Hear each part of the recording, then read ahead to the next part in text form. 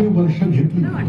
अत्याचारांच्या घनदाट काळोखात एक अंधुकशी प्रकाशाची किरीट अवतरली. शहाजी राजे भोसले, प्रजेच्या दीनवाण्या अवस्थेची जाणीव बसलेला पहिला मराठी सरदार. निजामशाही, आदिलशाही, कुतुबशाही, मुघल शत्रूंनी चारी बाजूनी घेरून